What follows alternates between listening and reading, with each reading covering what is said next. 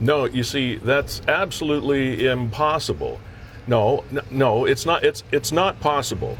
No, I do not have an Irish uncle that's a multimillionaire that would have left me anything. No. It's you do know this is a phone booth you're calling. Yeah. Okay. If you have a few million, you can throw it my way. But in the meantime, no. It's a no. I don't have anybody like that in my family. No. Unless there's a Nigerian prince or two kicking around, perhaps. I gotta go. I have work to do. Okay. Bye. Oh, it never stops. It just never stops. Welcome to the 411, fueled by Gales Gas Bars Limited. This is episode 3. We are powered by WeeStreem. As a matter of fact, WeeStream is helping we walk down the street right now. Got a great show for you today. We're going to be bringing it to you live, as we have done for the last couple of weeks, from Fiddler's Poorhouse at 149 St. Paul. We are partnering as always with Niagara 411.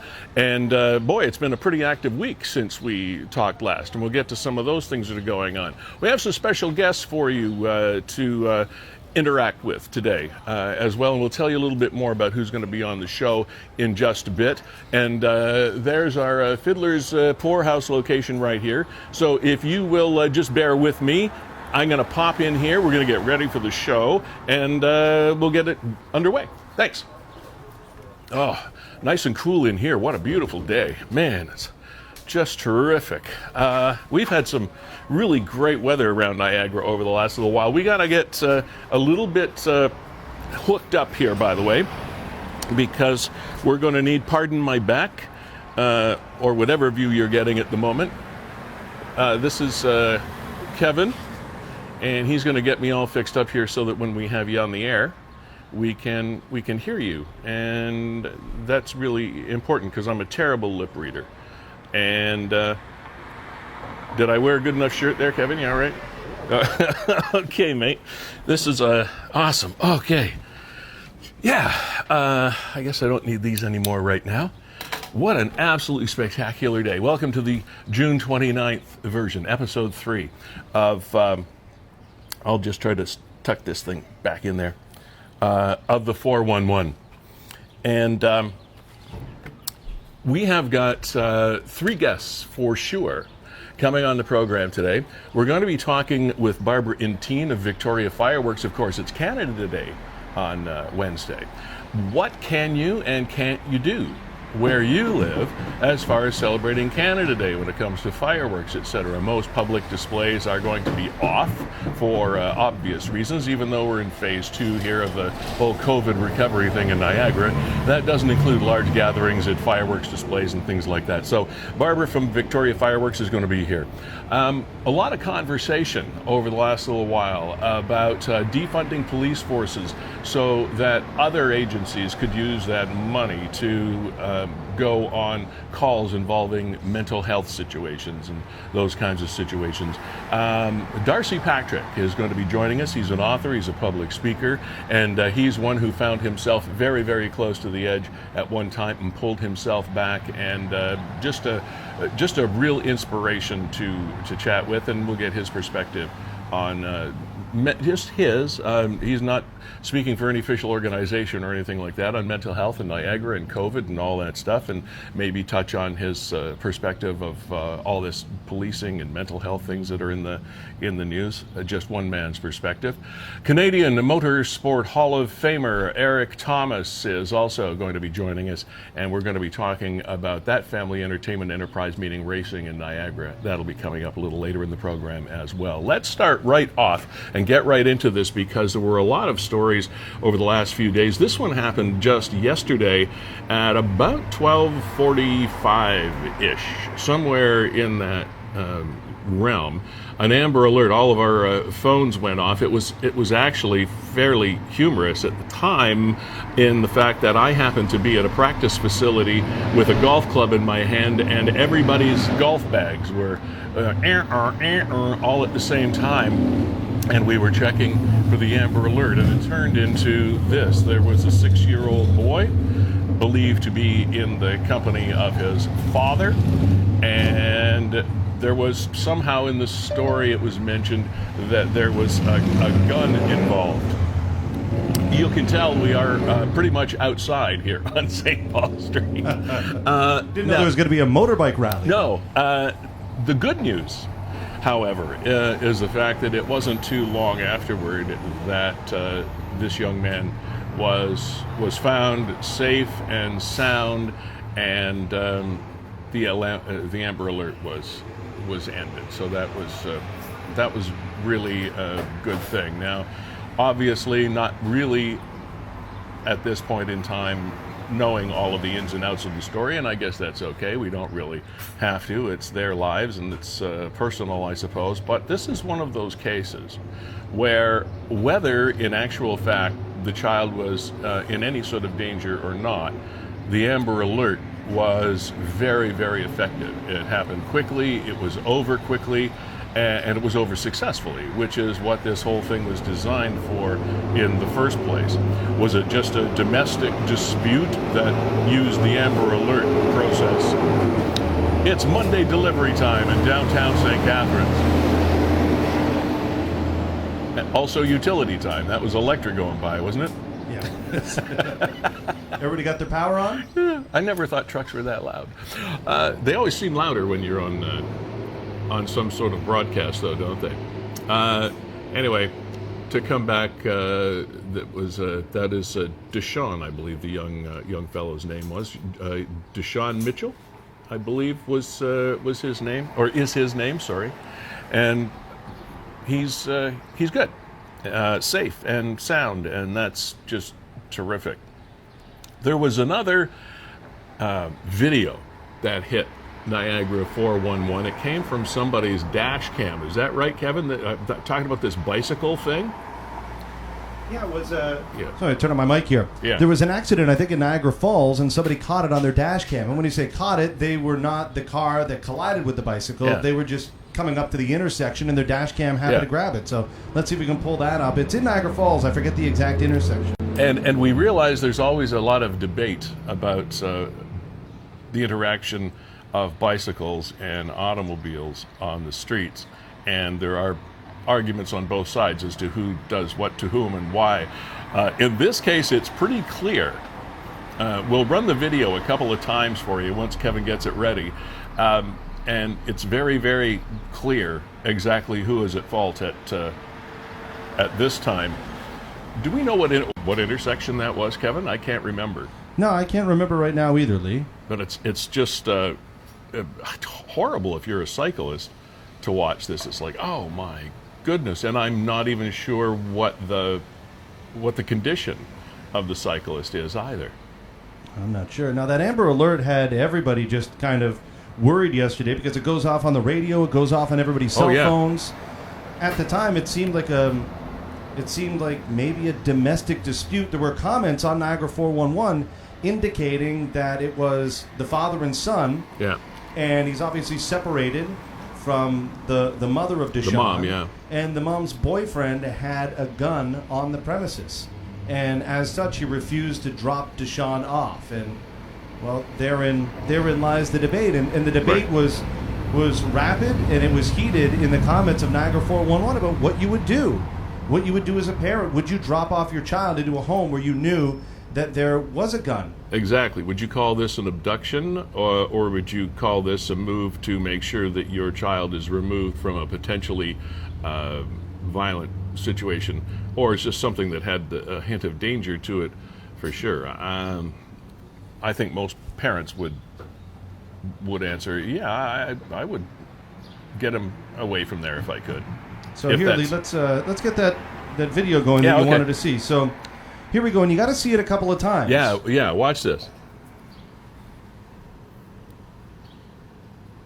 There's the bike, there's the car, boom. And if you're just watching the street, you see, of course, the bike smack into the side of the car. One might think it's the cyclist's fault, but look at the lights. Look at the traffic lights. Oh my, they're red. And with a little bit of a tint from a distance, they're red all the way through the video. So basically, we have an automobile here that runs a red light. Just scoots right through. The bike had a green, and there you go. So, boom. And then it turns green. Now, maybe the car was who knows what they were anticipating. And look, you see these Samaritans get out right away. Yeah. Oh, now, hopefully the cyclist was okay. It looked like he got up. And there was also big debates over the weekend. Actually, it wasn't over the weekend. I think this happened way back on Tuesday, a couple of days after we finished our episode 2 of the 411. That scooters were the big topic of conversation because there were a couple of scooter involved or e-bikes. I'm not exactly sure of the vehicle in question exactly what they were, but they were these e-bike scooter type things. And scooters, like a Vespa or something like that, you've got to have them licensed, and you have to have insurance and things like a car, like a motorcycle. The e-bikes, not so much. And there is such a back and forth and a lot of misunderstanding too about what regulations are in place for e-bikes. Again, there's no license required for them. There's no insurance required for them. And it creates an awful lot of debate all around Niagara and elsewhere, as well as to what the scooter situation should be, or e-bikes, for the lack of a better word. There was this one here, Lee, at 1st Street and 4th Ave. So right in front of Harvest Barn. Yep. Now with Merritt, is it, what is it, the bridge? Sorry, I got Merrittville. Is it Merrittville? No, I'm thinking Merrittville Highway. My apologies. Yeah. But the one that goes up to Antipasto's, right by Shoppers Drug Mart, that bridge is closed. So now everybody that lives in the Greatview area is being funneled over by Harvest Barn, and that intersection is getting bogged down. Super busy. There was a collision with an e-bike, and apparently he suffered quite an injury. And people were posting some graphic photos, and kudos to Nick behind Niagara 411. Taking the photos down. Yeah, he had a head injury that was fairly severe. And then there was another fall with an e-bike, a collision in Niagara Falls, I think maybe the same day. Yeah. And again, there is very little understanding in a lot of quarters about the regulations around e-bikes. You can find them online. They're there under Services Ontario if you want to look up that online, because they have a whole litany of rules and regulations and restrictions and things of that nature about e-bikes. A lot of people are under the impression that, and this is where, pardon the pun, the rubber hits the road, that if you have your driver's license suspended, you can operate an e-bike. And apparently, according to local law enforcement, that's not the case. I'm not quite sure why, because this is where things get fuzzy when it comes to e-bikes as to who can operate them and who can't. There's not really an age restriction either, I think, except, is 16 still a restriction? I don't remember. So. I don't think there's an age restriction. I don't think so. Now, the way e-bikes work is they're just like bicycles. Yeah. They're considered under the letter of the law, it's just a bike. Yeah, which is kind of ridiculous, but therein lies the rub. And they actually have pedals on them. Now, if you take the pedals off, you all of a sudden have a motorized vehicle, and you have to treat it as such. So they leave the pedals on them, and I don't think pedals have been used on most of them. No, but and they're maxed out at 34 kilometers an hour, I believe. Yes, yeah, that's their top speed. But again, if you're traveling around Niagara and city streets in particular, 34, 35 kilometers an hour is fast enough. Shouldn't you be in the regular flow of traffic? But they're not. They're in bike lanes. And see, that's when I say e-bike, that's the kind of thing I'm talking about. There are actual electric bicycles, which is a whole different animal altogether. They're just like bicycles, only they're power enhanced, and they're very, very interesting contraptions. But this, in my mind, is a scooter. That's what I would call it. Yeah, that's what I. And so, again, we can go around in circles with this thing, but they do bring out very, very strong emotions in people, as they did hundreds and hundreds of comments on Niagara 411 a number of days ago with regard to those e-bikes. I felt kind of sorry for the one fellow that had the posting on Niagara 411 that had his stolen from his driveway, and everybody was giving him a hard time, saying, we should outlaw the things. I hope it ends up in the gorge. I think this is the one in question. This is the post from Niagara 411. Yeah. And I kind of felt sorry for that gentleman, because he just had one of his possessions, and they're not inexpensive, stolen, and all of a sudden this this angst comes out over the internet about the curse. I got it. I gotta say, Lee, their artistry behind this one is terrific. That's good. That's an old style scooter right there. Sir, I hope you got your equipment back. Whether your fellow Niagarans like them or not, I hope you got your possession back. Nobody likes to be stolen from. It's an invasion, a very personal invasion. Doesn't matter what it is. So we are going to be chatting with, as I mentioned, Barbara Inteen. She's owner of Victoria Fireworks in Vineland. Now, this is a strange time for all of us for a lot of reasons, this COVID-19 thing. We are in phase 2 in Niagara. Not quite sure what phase 3 is, or what that will look like, or when that will happen, but it's obviously not going to be happening before Canada Day, which is Wednesday, and we have 12 different municipalities here in the Niagara region. What can you and can't you do when it comes to fireworks? There will not be any large gatherings, as far as I know. I think all of the municipalities have pretty much put the kibosh on any sort of gatherings for fireworks. So that means backyard stuff. It also means in my neighborhood, my dog is going to be going absolutely nuts. The poor thing gets so scared. And if you have a sensitive pet, you're probably just at the point where, I don't want to go through Canada Day. This is Barbara, I take it, from Victoria Fireworks. Hi, Barbara. Can you hear us now? Yes, I can, Kevin. Okay, good. Kevin's the guy in the Gales gas bar hat over there. I'm Lee. Okay. Oh, hi, Lee. Hi. That's okay. That's okay. So you have been in business at Victoria Fireworks for a long time, right? Yes, I have. But this will be 28 seasons I've been doing this for Niagara. 28 seasons. That's simply amazing. So I would think you have to be, and you're on Victoria Avenue, Victoria Street. Yeah, just up from Vineland. Yeah. West Lincoln. Okay, hence the name. And Lee, I may just interject here, and Barbara, as everybody knows that lives in rural Niagara, internet there can be a little spotty, but we got a solid connection with you here, Barbara. Yeah, that's good. Yeah, it seems to be a little bit. I'm not hearing everything you're saying. Okay. Okay. I'll try to be. It will be a little bit delayed for sure.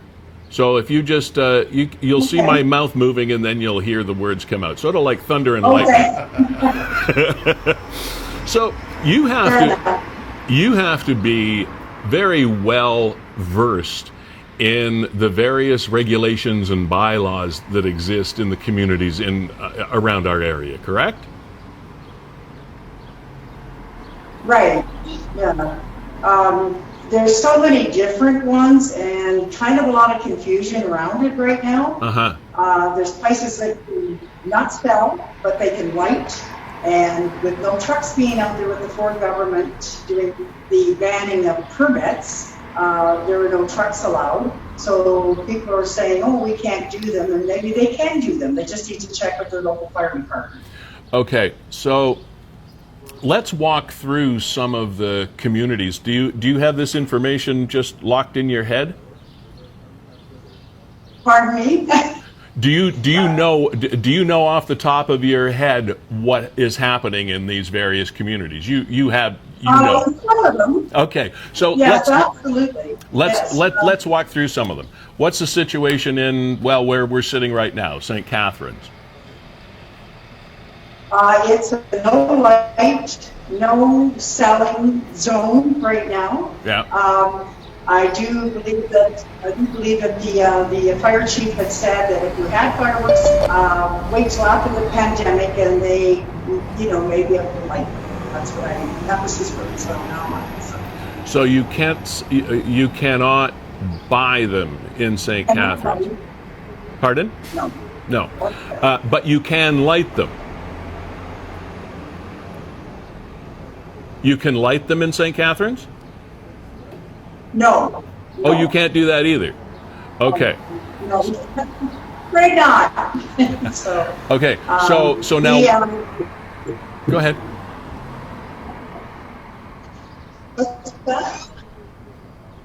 Pardon me? It's just a little spotty out there, Lee. Yeah. Barbara, we'll give it one more try here. Maybe we'll just let you take it solo. Can you just run through municipality by municipality? Because you said in some municipalities you can't buy them, which means you can come out to Victoria Fireworks. But you can light them. Okay, so can you just walk through what you know about Welland and Pelham and Niagara Falls and Fort Erie and so on and so forth? Right. Well, Pelham is the same as St. Catharines. You can no lighting, no selling. Okay. Niagara Falls, light and sell. Welland, no selling but lighting. Fort Colborne, no selling but lighting. And Wainfleet is pretty much with West Lincoln. I'm in West Lincoln, so it's light and sell. Okay. So that's kind of where we stand at the moment. And Beamsville and Grimsby is also no sales but lighting allowed.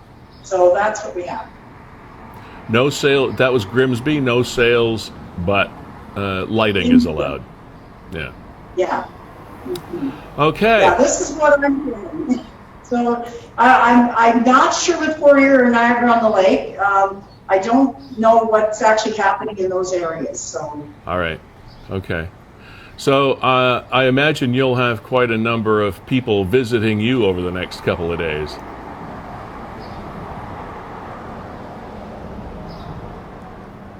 Yeah, Barbara. Are you there, Lee? Yeah, we're here. Are you there? Yeah, Barbara, can maybe you just run over what hours you're open, and then we'll let you get back to your business?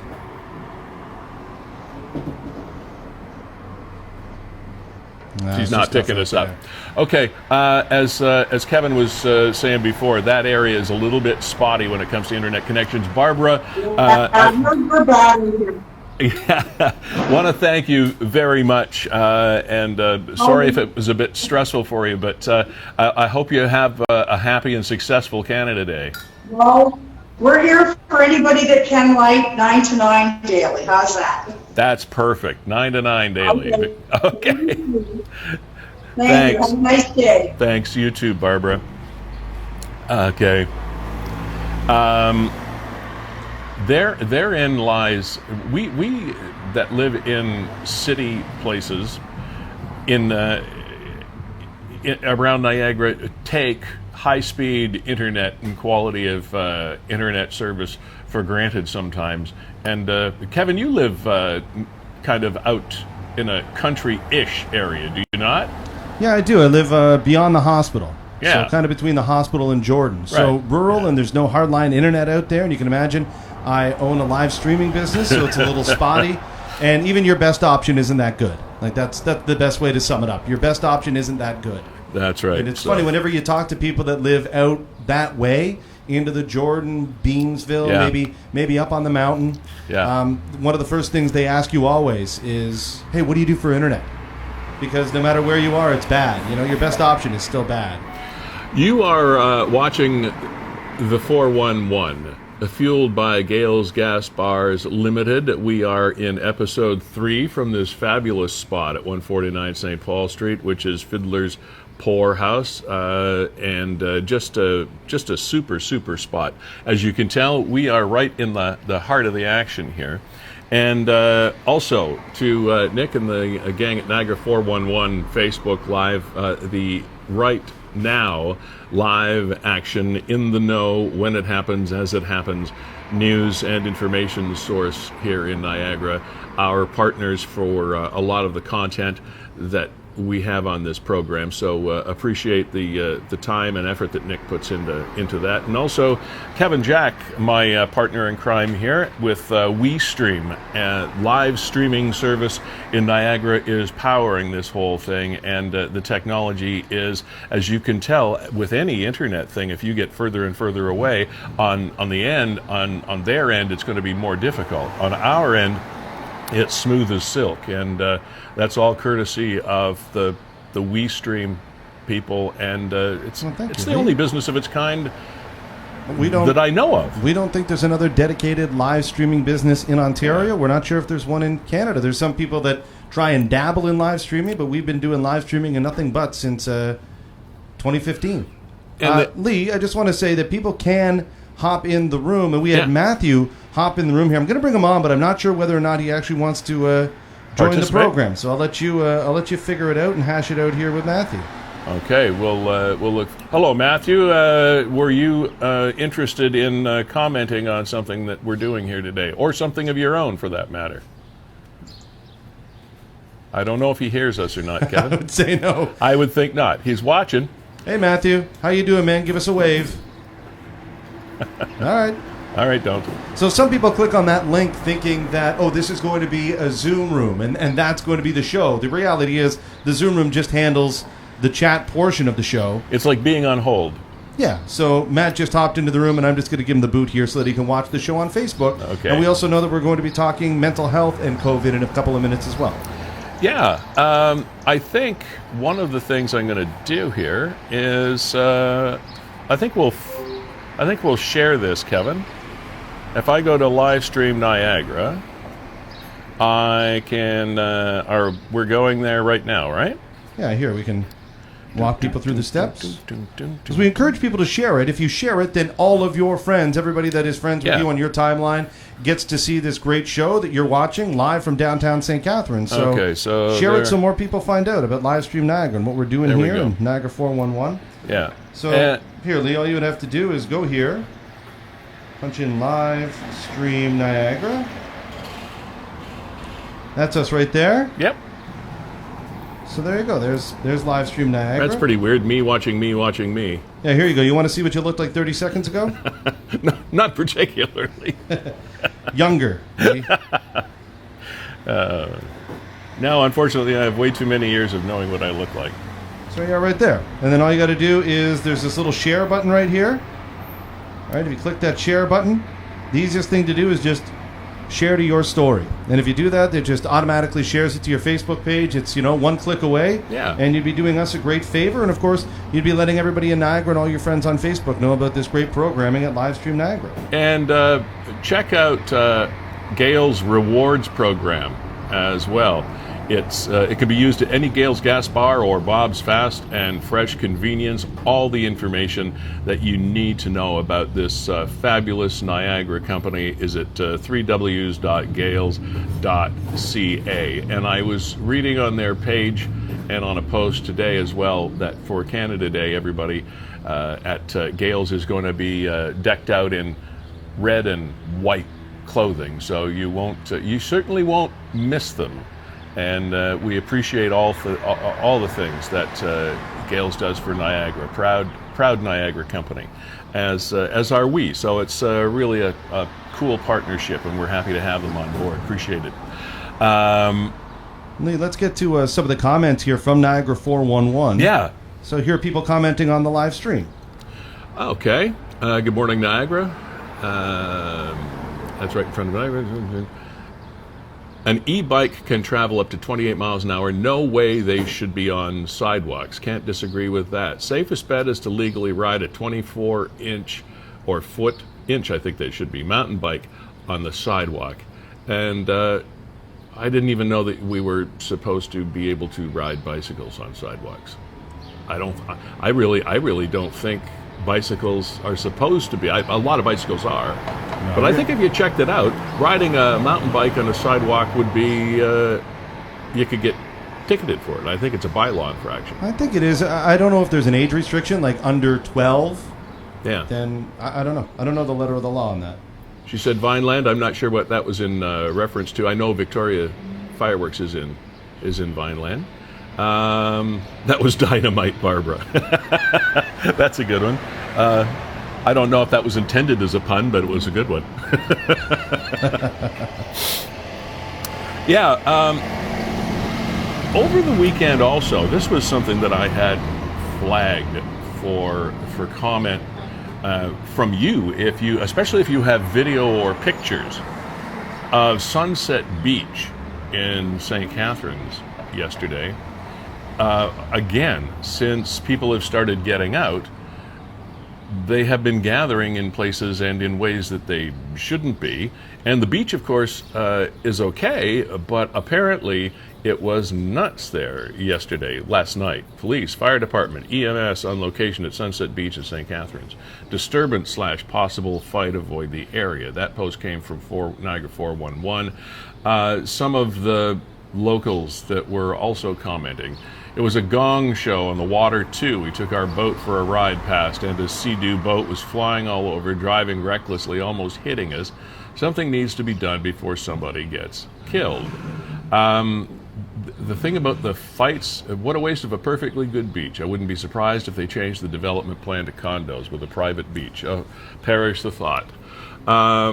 Maybe the city should think about making it locals only with passes like at Crystal Beach, and security would help as well as policing.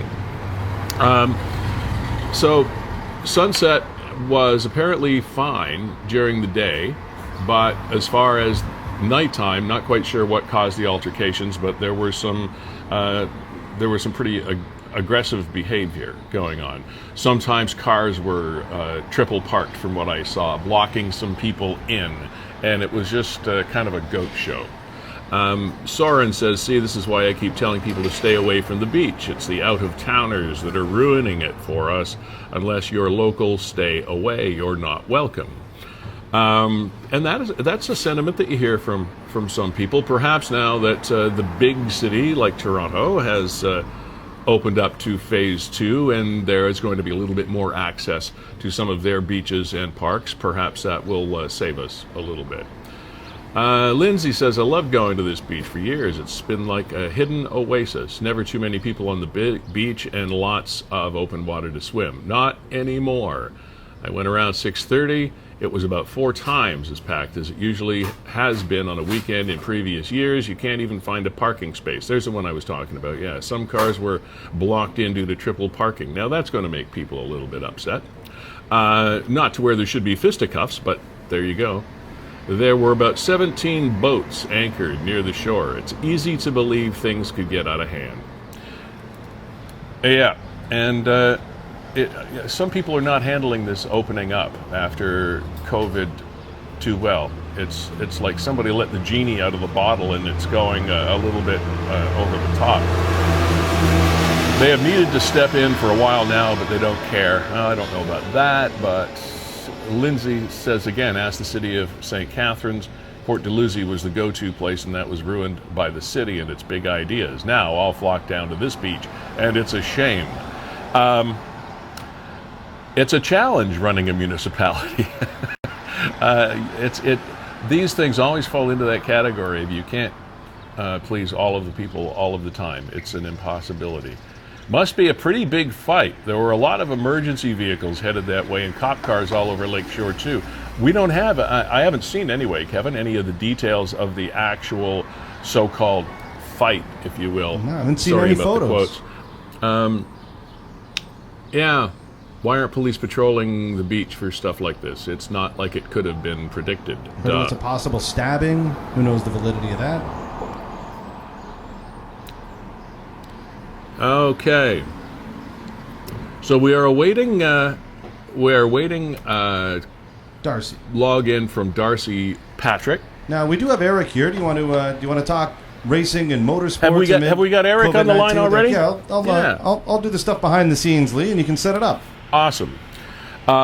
Erik Thomas is founder, producer, host of one of the, if not the, most successful long-running radio syndication programs in the country. It's called Raceline Radio. It focuses on motorsports around the globe. He is a proud Niagaran. He is a recent inductee into the Canadian Motorsport Hall of Fame. And of course, there are many racing enthusiasts around Niagara. You may indeed be one of them. It's also great family entertainment. And I thought it would be worthwhile, considering we are starting to open back up at various levels in various industries after the COVID thing, to get from Erik his take on the effect of the last few months on his beloved sport, as well as what the situation is for motorsport entertainment and racing in Niagara. And I do believe, have we got him close to being... we'll get him here in a second. Erik, I know you could hear us. You're going to have to unmute yourself, okay, please? Or connect your audio. That's the first time I've ever heard anybody refer to Erik as having to unmute himself.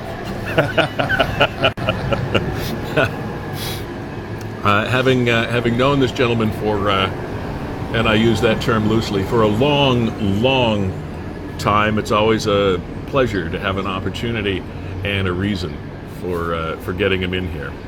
So, if you can be unmutable, that would be... Yeah, he's working on that on his end. Now, I remember the first time I learned that Erik lived in Niagara, because I was a big fan of Raceline Radio. I was a big fan of his work on some of the Toronto radio stations. Mm-hmm. When I was in Niagara, then I learned, what? This gem, this Canadian broadcasting icon just lives down the road. He's a Niagara boy. Always, And I thought, at what point am I going to meet this guy? Like, I have to run into him. And then, through my career in broadcasting and his career as well, they merged. I ended up not only getting to know Erik, but getting to know him on a bit of a personal level. And he was a better guy to know that he was on the radio, and he's fantastic on the air. Wow, that's quite the endorsement. Kevin, I think Erik will have that check in the mail for you. Here with Erik. It shows that he's unmuted, so let's give this a whirl, Lee, and see if we can get Erik Thomas on the show with us. Okay. Yeah, Erik, Mr. Erik Thomas, there you are. Can you see us and hear us? I'm sorry, we just can't hear you right now, Erik. Don't know what's going on, man. My apologies for that. Sorry, we should have tried to do a test run, I guess, before.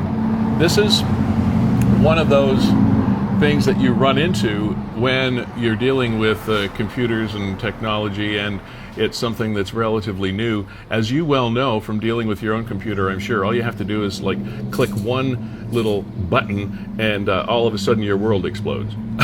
or click the right button and you get it all back. And it happens to all of us each and every day. So our apologies, Erik. We'll get it worked out. Yeah, now in the interim, Darcy hopped in, so I'm going to let Erik work out some things in the background while we get Erik on the show. While we get Darcy on the show. Okay. So work on that. See, this is absolute proof that we are live. A lot of people will say, "Yeah, we do a live show," but a lot of them are live on tape, and then they can make sure that they edit out any little bloopers or things that happen. Not us. We are 100% live and in your face. And when things go ding-ding and we hit a bump in the road, we hit a bump in the road. What are you going to do? Darcy Patrick, can you hear me? I can hear you, man. I didn't know we were on Zoom. I was tuned into the Facebook stream, so I didn't know how to get on. So I figured it out.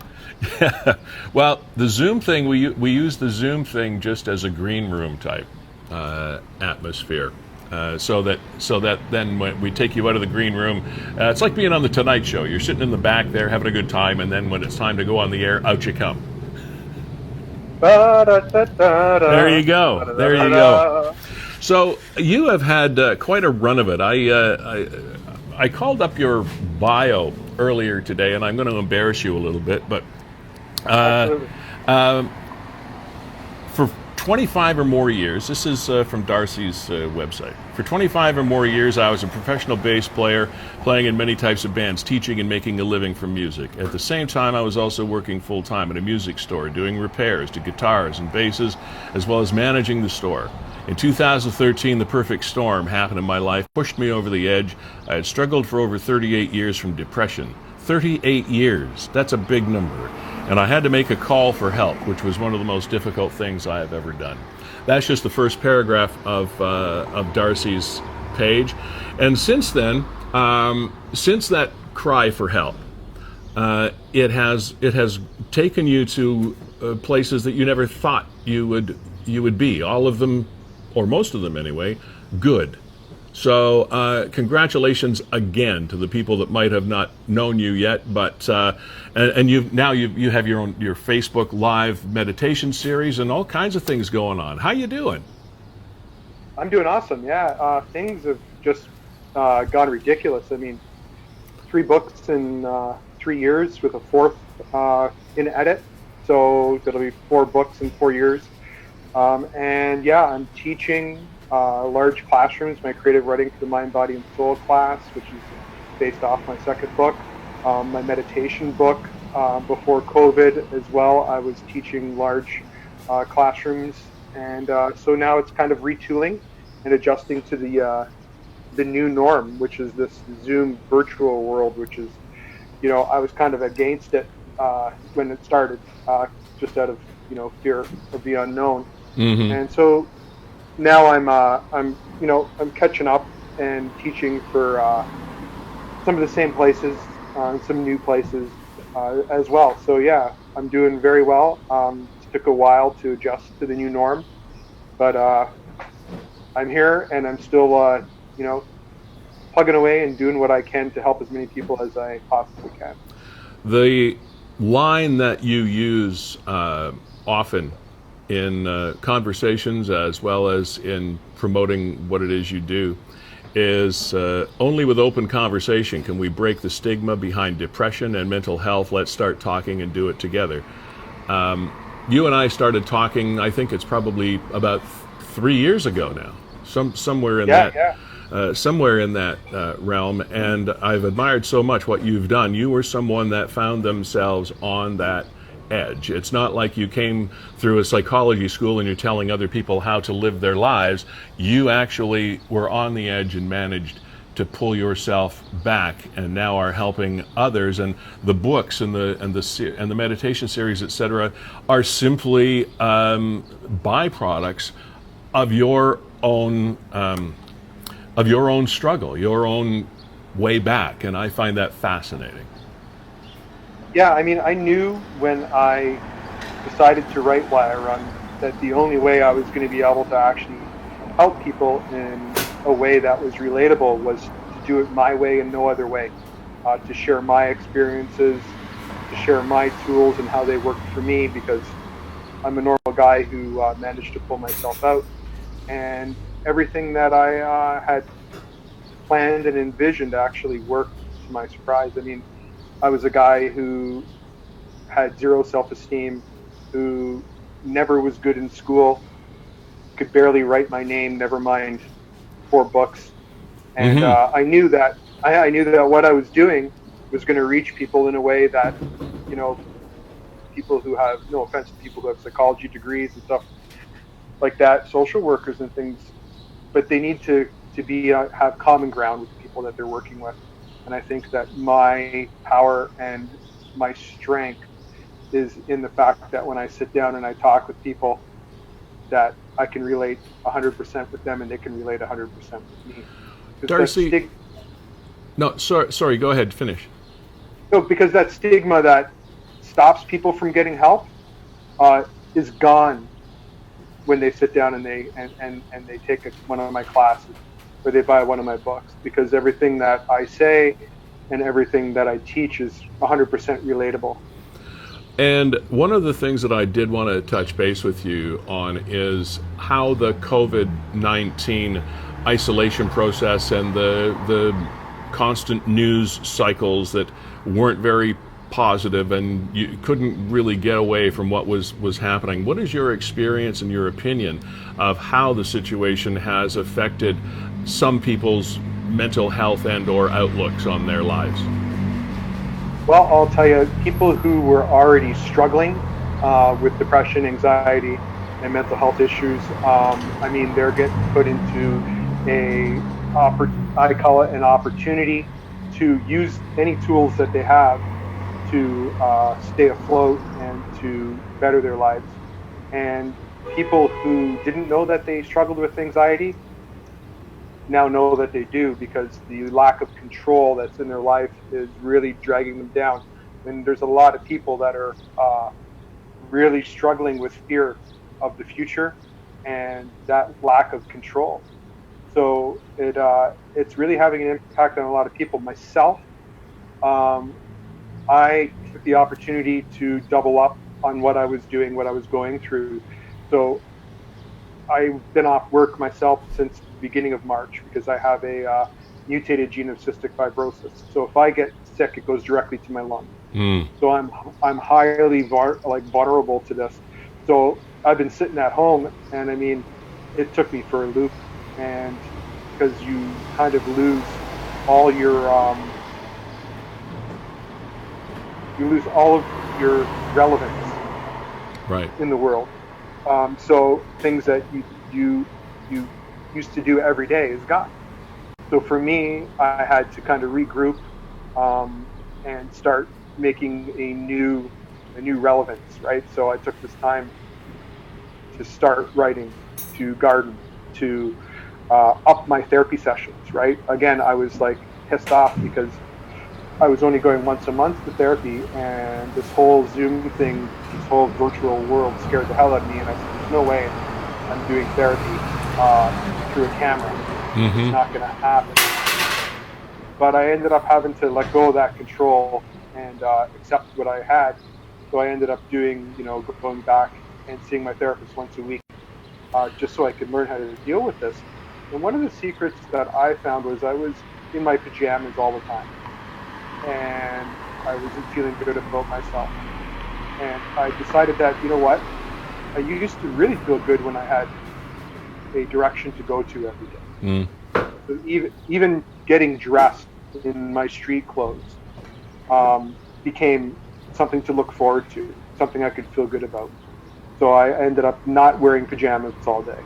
I put on normal clothes, and then when I want to garden, I get gardening clothes.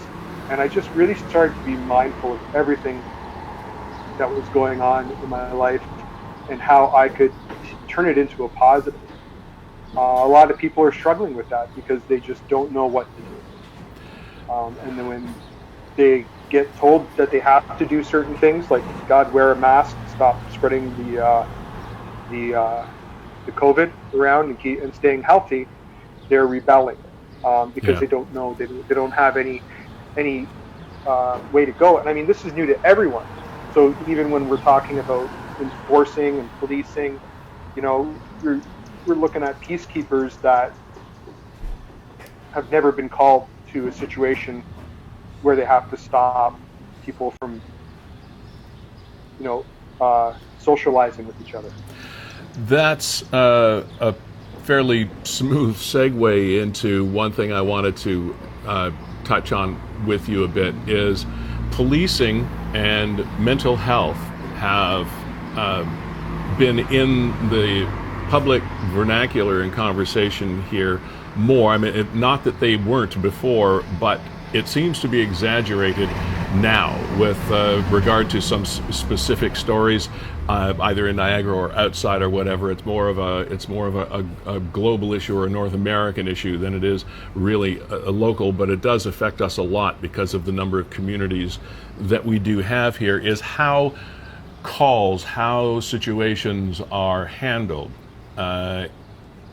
with regard to enforcement and or helping resolve these situations, be they domestics, be they in public on the street, etc. There is a big meeting, I know, in Toronto City Council I believe it's today, as a matter of fact, where they are going to be discussing defunding the police to move other funds over to other organizations to better police some certain situations, in particular some dealing with mental health. I know as far as St. Catharines is concerned that the chief of police of the Niagara Regional Police Service, as well as the chair of the board, are going to be meeting with City Council of St. Catharines sometime in July to discuss these things, and they're on the tables of law enforcement and groups and politicians all around Niagara. I know this is a really long setup, and I'm sorry for that, but what has been your reaction? What sort of feelings and thoughts have rolled through your heart and mind when this situation comes up? I think that defunding the police is probably the most ridiculous thing that you could probably do. I mean, why would you take funding from something that we need every day in order to put it into other places that need the funding? Why not just give that funding openly, expand the funding into the places that it's needed? The problem is that I have a different view of the police than most people. And I say most people because I see a lot of negative things that are being put into the media. And people see the police as the bad guy who comes to break up the fun. They're the people that give you the speeding ticket. They're the people that fine you. They're the popo. Look out for the popo, right? But the police are peacekeepers, and when you need them, they're there. Just because there's a bad cop here and a bad cop there, you know, it doesn't mean that we paint the entire police force as being bad. And people don't really understand, I think, what it's like to be a first responder, to be a police officer, to be an ambulance attendant, to be a firefighter, where you wake up in the morning, put your uniform on, and you walk out of your house, and you may not come back. I know one of the things that is being discussed, it was done on a trial basis for a while, and it seemed to be getting positive results, was ride-alongs. If there was something that they knew would be involving a person with mental health issues, someone from another agency with expertise in that area would ride along with the police officers to help alleviate that situation, and it seemed to garner positive reviews. So we'll see how things like that go with our police services around Niagara. And always great to get your perspective, Darcy. Just stay with it. Darcy Patrick is a gentleman's name. Google him, you'll find him, and follow him on Facebook, because he does. You do those live streams of your own, and they're pretty cool. So thanks for being here. All right, thank you for having me, man. Take care, Darcy. You as well. Okay, that's one of those topics you could kind of go on and on and on, and perhaps never have a final resolution to it. But we are, as Darcy mentioned on just about everything that he does, we're at least talking about it, and that's a good thing.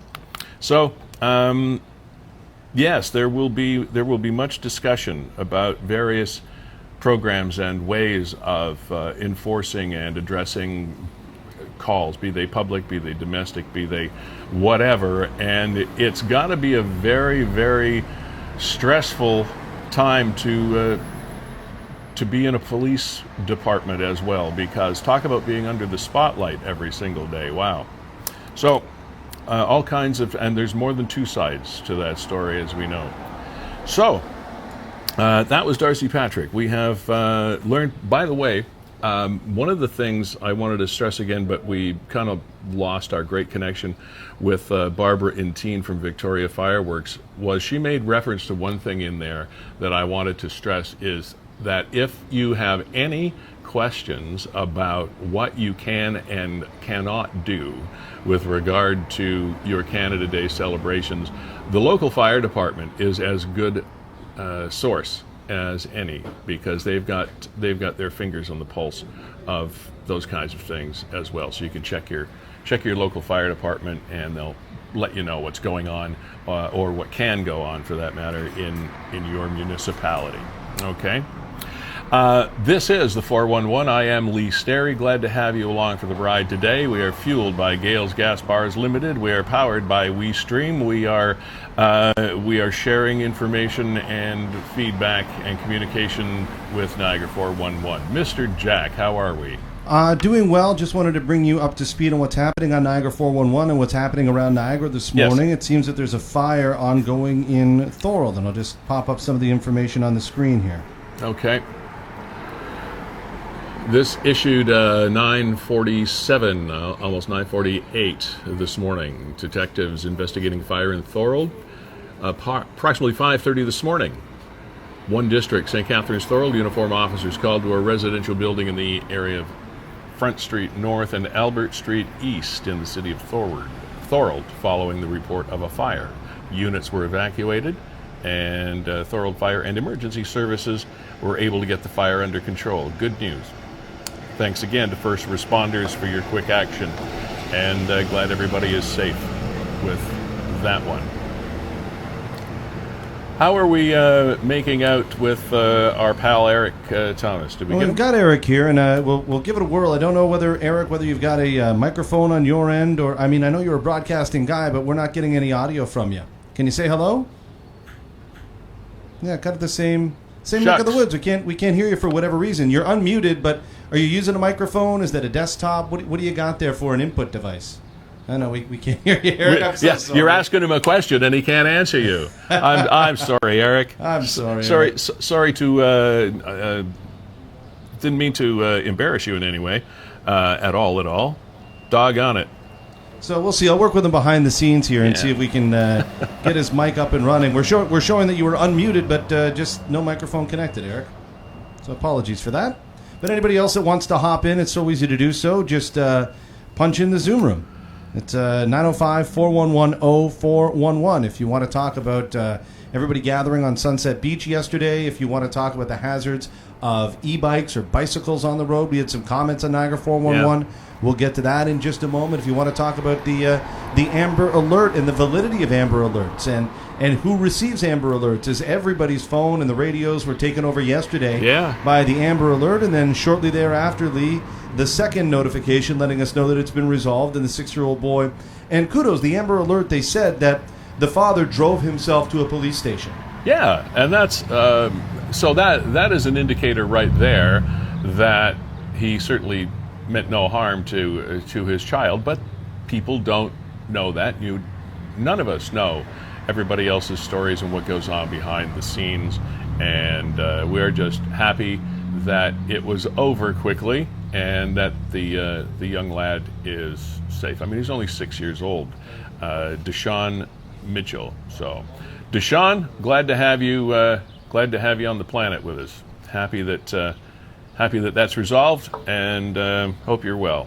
Stay that way. There were some vandals on the loose over the last number of days as well. One of the episodes in general just kind of was, it was one of those head shakers. We know for years that there have been scavengers of copper wire and things of that nature. I know back in the old days of radio stations, they used copper wire, still do to some extent, used copper wire for ground transmission and conductive material, etc. Well, there was a Queen Street in Niagara Falls medical building. This is a period of time when we need all of our medical facilities operating at top-notch levels. So the air conditioning, the heating and air conditioning units on this building were ripped apart, vandalized for its copper wires and connections, etc. And it's like, oh man, really? We're still wrecking our community that way. And there's a picture of one of those units right there. A business in town called Exclusive Imprint was vandalized as well. And this is a small business in Niagara. Right there is a video camera picture of the perpetrators, they believe, of the vandalism that took place at the exclusive imprint, and they are reaching out to you to see if you can perhaps give them an idea of who these people are. Because again, nobody can afford to sustain damage like that to their property. You're a small business, you need every dollar you can to be able to operate that business, and when somebody wrecks it, it's going to certainly have a negative impact on your business. Now, So, Lee, if people are wondering, exclusive imprint, that's over on Hartzell Road, almost across the road from the Food Basics, Tim Hortons area. yeah, okay. So there's a fairly clear shot right there of one of the people, and why I'm not sure what they got out of their vandal-like activity, but there you go. It's amazing, Lee. I had to explain that to my 6-year-old daughter. Explain. She what? saw graffiti and was asking questions the way that young innocent minds do, and was asking, the why. Well, try explaining to your 6-year-old daughter why somebody vandalized something. There's just no explanation. Toward what end, Yeah, I was lost for an answer and had to give her that you know what, sometimes people do stupid things. There was another storefront. Now, this wasn't something that I don't believe it was intentional. A car found itself crossing a sidewalk and plowing through the storefront of a business in Welland. So there've been quite a number of businesses suffer some pretty strange damage. There's a shot of it right there. Now, was it a story of hitting the gas instead of the brake? Not sure. Have you ever done that, Kevin? That is scary. Absolutely. I think we've all done that. Yeah. Or accidentally have it in reverse when you think it's in drive. Yeah. Or vice versa. It is, and panic sets in, and it can happen so fast. And when you're panicky and your vehicle's moving and you're not quite sure why it's doing what it's doing or why you did what you did, and then your reaction time is slowed down, and before you know it, you're creating a drive-through at discountliquidators.ca. Now, speaking of drive-thrus, Lee, I think this is just across the road from the Swiss Chalet Harvey's drive-through in Welland, right at the What do you got, like a Google Mall. map inside your head here? Yeah, pretty much. I know all the haunts in and around Niagara. So that's where this is. Right across the road, there's a Tim Hortons Plaza there, and this is the end. And I got to give credit to the people of Niagara 411, Lee, for breaking out the jokes. Can you see some of these? All to come. Well, I'll skip these. These are people with sincere comments, and then you get to the so we're jokesters. skipping all the sincere people. Absolutely. Nobody was hurt. The store hasn't been open for years, right? So, okay. Oh, there we go. Oh, the Gino Vanelli joke? Yes. Yeah, black cars look better in the shade. And here they start, Lee. So read some of these. Okay, looks like an inside job. Information only for me. This excellent source of Niagara emergency info has way too many judges and executioners on it. Maybe they thought it was a drive-through where the driver pushed on the forward instead of the backwards, or car trouble. That's taking doorbuster deals a bit too literally. Yeah. Everybody's a critic and a comic, eh? That's right. Perfect example as to why I don't sit in a pop-up patio. Pop-up patio, right? Pop-up patio. Must have been a crazy discount. Guess they didn't like the deals. Door crasher discounts. Maybe the driver wanted to window shop. There was a... bless you. Thank you, Lee. You're welcome. There was... a jet ski rescue as well. The rescues continue for all of the rescue squads around Niagara, especially those that border lakes and rivers, like a lot of ours do. A jet skier had to be rescued as well. There was a warning come up through 411 as well, and for some reason The details of it escape me, and I don't know if you can find it or not, Kevin, but the Niagara Regional Police Service sent out a warning or a media release, etc. RE COVID-19 related fraud. Hadn't heard of that.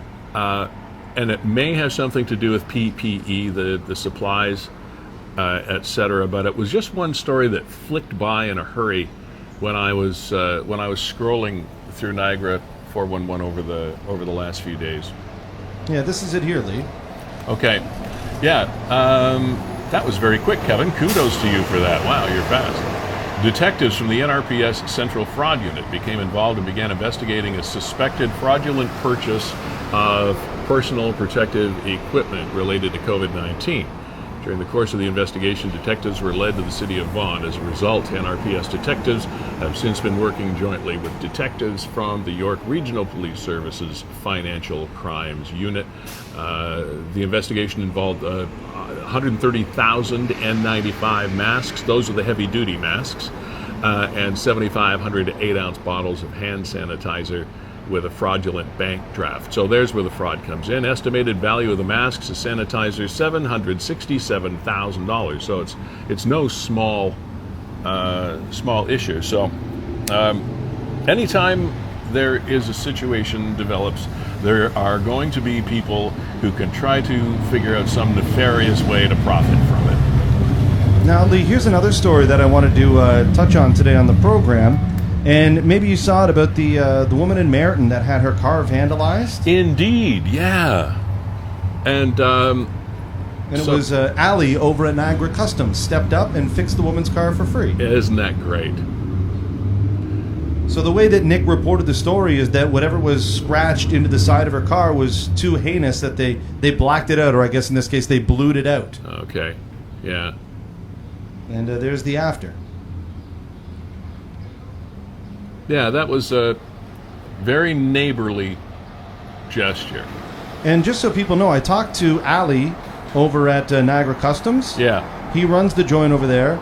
And what a great Canadian guy. You know, he's like, I don't do this for publicity, because we wanted to get him on the program. Only reason we can is the shop is actually undergoing renovations today. Oh, okay. Otherwise, we would have had him on the show today and would have been able to see what they do over at Niagara Customs and give him a little pat on the back. But we'll do it today on the show. Pat on the back to you, Ali, and everybody over at Niagara Customs. Yeah. They do a variety of different things for cars. So if you're looking for detailing, a paint job, something like that, just spruce up the vehicle, make sure to give Ali and the boys a call over at Niagara Customs. Not to be confused with Canada Customs. Okay, this is not the same thing.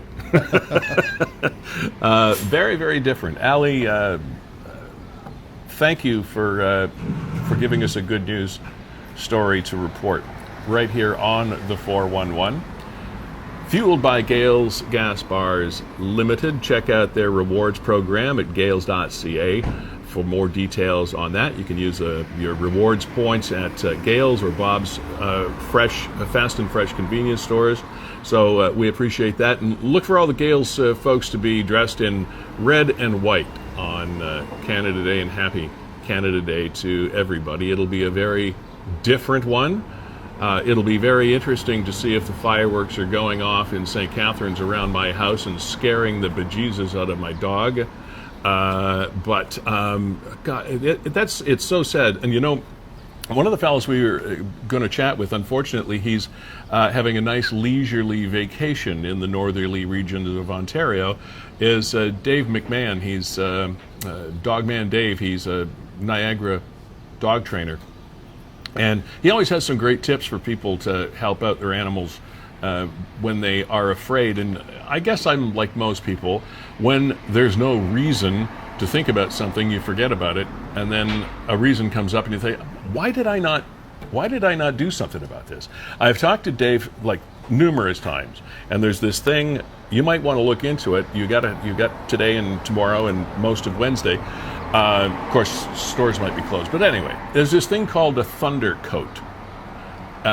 Pet stores, upper end pet stores in particular, might have these things in stock, and you put it when there's fireworks or thunderstorms or things like that. You put it on your dog, and for some reason it gives them a sense of security. It calms them down, and it lessens their reaction and fear to fireworks and thunderstorms and any loud noises that your animal's afraid of. So it's called the Thunder Coat. You might want to try it, and then other places, or even the same places, might have. It's not a sedative or anything like that, but it's something, a liquid you kind of put on your tongue, and they calm down. Yeah, they calm down. So we wanted to check in on. I want to see if I can pull up a picture of that Thunder Coat. Oh, okay. Let people know they can get it, but also wanted to check in on Niagara 411 and read some of the comments that people are leaving on the program. What about the beach situation last night at Sunset Beach? Yes, Ashley, we were chatting about that, and we didn't get much information about what happened with regard to the so-called fights that took place there. We've seen no pictures of that. All we did know was the fact that there were lots of emergency vehicles around, police officers, et cetera, as it was very, very crowded, and the parking on the streets was a nightmare as well. Peg says, I nearly get hit every day by a bike on a sidewalk. Any age 24 inch is legal. I'm assuming that means on the sidewalk. Is that? I'm assuming. I don't know. Maybe it means that children can ride. Yeah, for example, bicycles. my 5-year-old son, we were outfitting him yesterday. He's between a 16 and an 18-inch bicycle. So I imagine 24-inch bike is still probably youth. That's my guess. Yeah, that's probably what it's for. Okay, stop the abuse in Welland. Okay, not sure what these I'm not sure what she's comments are referring to. Yeah, all right. As stop the abuse in Welland Hospital. All right, if there's an issue there, hop in we'd the love Zoom to. room. Yeah, tell us what it is, because we're not aware of to what you are referring. Only thing with wheels that should be on sidewalks are wheelchairs, walkers, and baby strollers.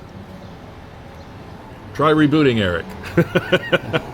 Okay, I feel so badly. He's gonna.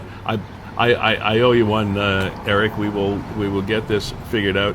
And he was so good. He logged in very, very early in the program, and we should have jumped through some hoops to try to make sure that we had all the connections in place properly from your location. And I apologize for that. I'm in trouble now. I think he'll forgive me, but I hope so. Anyway, so the 411 for June the 29th is almost in the history books, but the people that we really would like to have a chat with when the mood hits you is you, and all you have to do is go to the live stream on Livestream Niagara. Well, you're already there, or you're watching it already. Just check out the original posting. It'll be on the 411 as well, and click on the link, and it'll take you into the Zoom room, and then Kevin will do his level best to work his magic and get your comments and information on the air. I am intrigued. There you go, Thunder shirt, anxiety treatment wrap. And they come obviously in different sizes. Yeah, give you an idea. I mean, this is just the Amazon link. I'm sure it's other places, but an idea. Oh, yeah. $65. Yeah. So, because if you don't have a dog that has seen get really, really afraid, it's a terrible sight. It makes you feel so helpless, shaking, and their eyes are like saucers, and their ears are, it's crazy, and they're trying to crawl all over you to be safe, and it's like, oh my word. And it's always fun when thunderstorms happen in the middle of the night, because your sleep is just a wonderful thing. And we had a couple of doozies on the weekend, didn't we? We did. Were you up for any of those? I happened to be up, and man, was it coming down. Well, I ended up being up, yeah. It was that loud. Hey, maybe we need to get a Lee-sized Thunder Coat. Yeah. Well, I wasn't afraid. The dog was afraid. I used to love thunderstorms, and because I grew up kind of in the kind of the country, rural. That's the word. In a rural area of Niagara, and so without fail, the power would go out. So invariably, there's nothing else to do but sit in front of the door and watch the lightning and listen to the thunder rattling around, and then bail out the basement because the sump pump stopped working, and all those fun things that happen when you live in rural atmospheres. But thunderstorms don't bother me so much anymore. They did bother me at the time, though. Detectives are investigating that fire in Thorold still. Units were evacuated. Nobody was hurt.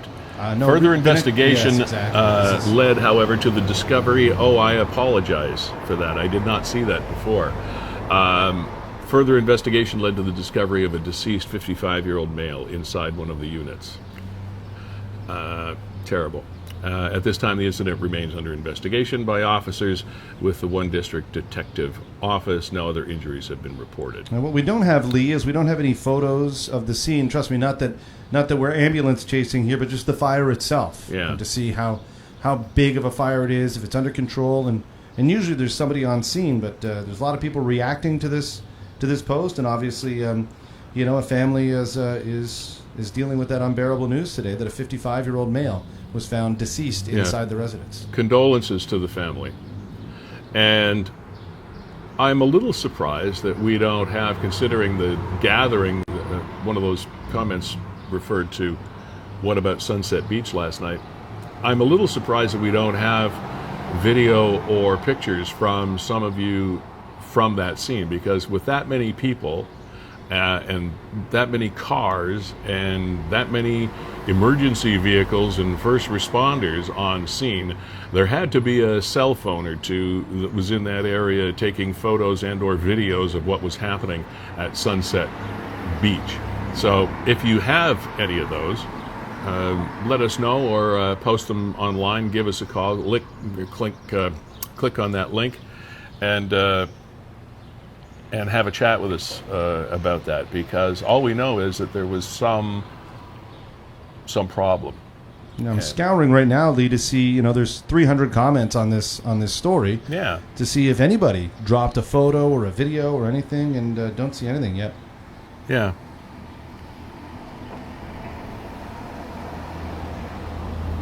Sorry, I was just listening to something. You know what? I'm just going to check out the street view there. There we go. We'll give Fiddler's Poorhouse a little plug. That's where we are, Fiddler's Poorhouse, St. Paul Street in St. Catharines. Now, St. Paul Street was closed this weekend, Lee. You just read my mind. I was going to bring that up because it's happening every weekend throughout the summer, is it not? Every second weekend at this point. Every second weekend. I can't explain. Okay. It's a little hard to keep track of when it's sort of like trying to grab smoke. All right, so it was closed. St. Paul Street was closed this past weekend. Yes.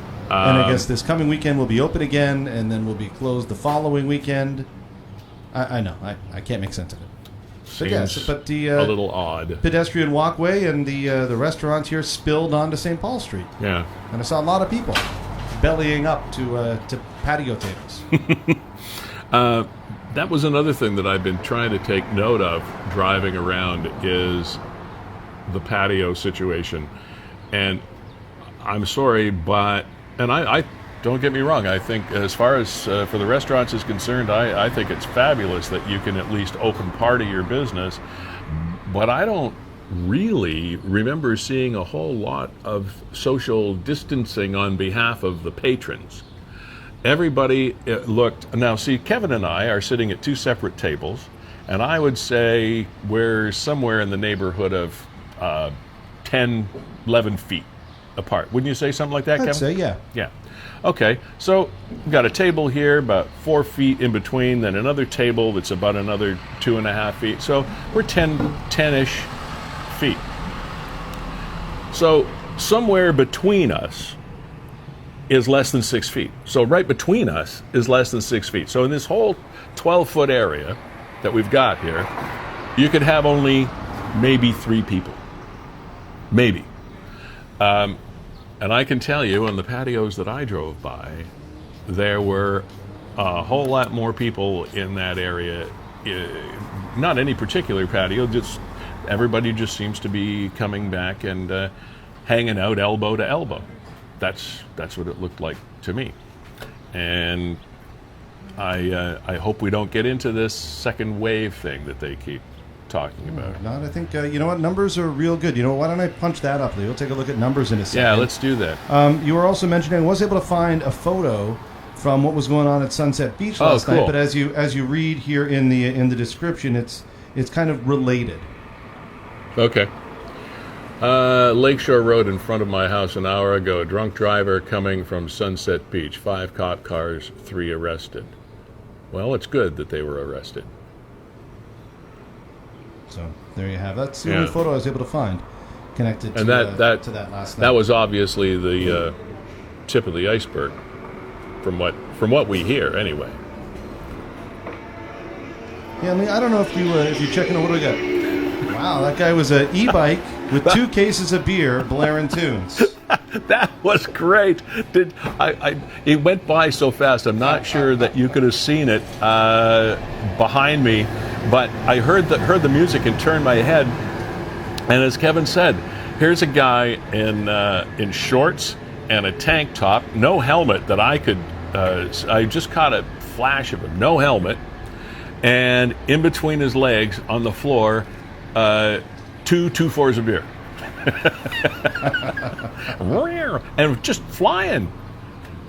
Okay. So, Lee, here are some of the COVID numbers from the Niagara region. Yeah, we're still doing some renovations here at Fiddler's Porthouse. Getting ready for that stage 3. So this is from Niagara region, and these are updated as of yesterday. Okay, so there you go. Total number of cases, 750. Total number of active cases, in other words, that's what they know of for today. 24 people are ill, 665 resolved, and unfortunately a total of 61 deaths as a result of COVID-19 in Niagara. So there, where you talk about flattening the curve, that's, since April. Let's take a look at the last 30 days. That's about as flat as you can get it. Yeah. Yeah, I think there was something like a point. This might have been Ontario. There was like a 0.3% increase, which is apparently at this stage of a pandemic, that's totally acceptable. New cases today, 1. There's the 0.1%, and that was a level that a few weeks ago, when we were watching the Ontario Officer of Health do their daily briefing, they were looking for a 0.1 or lower percentage point, which means they were getting fewer new cases than there were possibilities of getting. Okay, no new cases yesterday, 0% growth yesterday. That's cool. Days to double at current rate, 301. So that's like over the course of that's almost, close to a year. I find this stat interesting. Not the total, but the active cases. So this is confirmed cases per 10,000 residents by municipality, and you can see that everybody is under 1. Mm-hmm. And we all generally know the populations of our municipalities. I think Niagara Falls is about 90, St. Catharines about 140, 150, Welland about 40 or 50,000. Something like that, yeah. So when you start, if Welland, if you assume 50,000, and their number's 0.2, so there's 1 person. Yeah. There's 1 person in Welland. So do the math. So, and great news for West Lincoln and Wainfleet, Port Colborne, Niagara-on-the-Lake, all at 0. So, knock on wood, as they say, we're in good shape right now. All we can hope is the fact that people don't take this for granted, and we end up with a lot of situations like we had at Sunset Beach last night, because those are just breeding grounds for increases in cases, and depending on where those people are from, they disperse and go back to their own communities, wherever they may be, and bang, we're back in the soup, and those are the kinds of things that really make me crazy. the biggest poster child for not wanting to be like them would be the United States right now, and not going to do any American bashing, but they're in tough situations. Florida is something like 9,000 new cases, and they're talking about starting up the NBA league in Florida in the very near future. The Blue Jays may be playing their away games at Dunedin. And why would any league want their players to go to a place that has the kind of increased COVID situation that they do? And I mean, Colorado and California and Florida, huge increases over the last little while. These stats here, Lee, again, these are Niagara numbers, and I find these fairly interesting when you talk about the severity of COVID-19. Okay, so these are through the entire course of the pandemic, is that correct? Yes. All right, 3.1% cases admitted to intensive care, 13.1% cases hospitalized, 83.9, so 84% of cases isolating at home. I'm not sure how acceptable or non-acceptable those numbers are to professionals, but it seems pretty good to me, so that they're not. It doesn't look like there's a huge stress level on the inpatient side of things, which is great. That's my reading of it. If I've got it wrong, somebody let me know. Long-term care or retirement home residents. What's under there, Kev? Well, it's the healthcare workers. 24% of total cases. Exactly, and the 21.5. That's the percentage of healthcare workers. Yeah. So unfortunately, long-term care and healthcare workers making up about 50% of the total cases. Yeah. And again, these are Niagara numbers. These are the numbers that pertain to us. That said, 82% of the total deaths are from long-term care or retirement home residents. Mm-hmm. And I think we said at the top, 61. I mean, it's one is too many. Of course, and that area is definitely going to be an area of focus. The long-term health care all over the province, and some of the stats and the information that has come out about some of these long-term care facilities was astounding and horrible. For those of us that have elderly relatives, you can only shake your head and hope that is never anything you have to deal with, because that's some of those folks. My heart went out to them numerous times over the last few weeks. Now, Lee, Canada Day is coming up on Wednesday, smack dab middle of the week, although with COVID, everybody's losing track of what the day is anyway. I know. Every day is a Sunday. Canada Day plans for you. I mean, municipalities aren't really having public gatherings. There's no fireworks shows that I know of. We talked to Victoria Fireworks. It depends municipality by municipality whether or not you can buy them, whether or not you can light them. They're open, by the way. They're open, so check with your local municipality whether or not you can set them off in your backyard. I'm not a big private celebrator of things like that. I am one of those people that does like to go to a park and walk around and be with other people and see entertainment and do those kinds of things to make it feel special. I'm not one of those people that will sit on my front porch and wave the flag. It's just not my thing. My wife will probably have me out in the garden doing stuff. Now, kudos to, I think it's what's the Sugar Bush out on Effingham Road? Yeah. Drove by there a couple of times on the weekend, and all of a sudden somebody lined the property with Canadian flags. Oh, that's great. And there's one about every 100 meters, and they probably have 3 or 4 kilometers of roadside. Yeah. And it's just this huge swath of Canadian flags up there on Effingham, and I think it's is it Maple Farms? I forget the name of it. How can I forget the name of it? Maple something. Yeah, up on Effingham. Everybody knows it. I was reading about them just a couple days ago. Yeah, so it appears to be their property, so kudos to them and getting in the Canadian spirit and doing that a little bit ahead of time. Made me feel pretty proud. Yeah, that's cool. That's great that people do that. When you've got a property like that and you're able to dress it up, it makes an impact. Me sitting on my front porch waving a flag probably doesn't do much.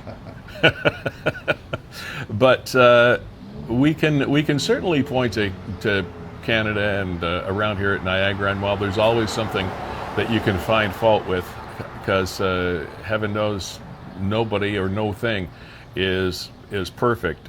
When you compare us to things that are happening elsewhere, we're pretty lucky. We're pretty fortunate. I remember one time on that vein, being at a convention, an industry convention, and the guest speaker was talking about social mores and communication and status, like a whole, you know what speakers do, and I guess there were maybe 600-700 people in the room, and he started out by saying to everybody to look around. And so we did. We looked around. We wondered what he's asking us to do, some sort of drill. But he said, look around. And then he said, you people in this room won the cultural lottery. You won the geographical cultural lottery by being, literally by just no fault of your own, being born into this society. When you look at, he said, look at everything that's going on around the world. He said, you people won the lottery, so you got to feel good about that. You won the genetic lottery. Now, I didn't win that $10 million lottery. That ticket's still out there. Not well, like I said, you can't please all the people all the time, Kevin. You just can't. You just can't do it. We would like to thank Barbara Intine of Victoria Fireworks for joining us today. We apologize to her for your internet connection, but we got the information through, and so all the municipalities have different criteria when it comes to what you can do as far as fireworks are concerned. Make sure that you know what yours are. You check your local fire department, etc. Or when you go out to Victoria Fireworks, all you have to do is ask them, because they got all the information. Darcy Patrick, author, public speaker, survivor of 25 years worth, 38 years worth of depression. Fascinating gentleman. You can Google him. And to Erik Thomas of Raceline Radio, we are going to have this conversation. We will do it on the screen with audio and video, and I apologize for whatever reason for setting you up and then not being able to have that conversation today. But mark your calendar, please, for a week from now. We'll get that done, because it's still relevant. Motorsports in Niagara, long history here, and Erik's the guy to talk to about it. So we'll do that hopefully next week.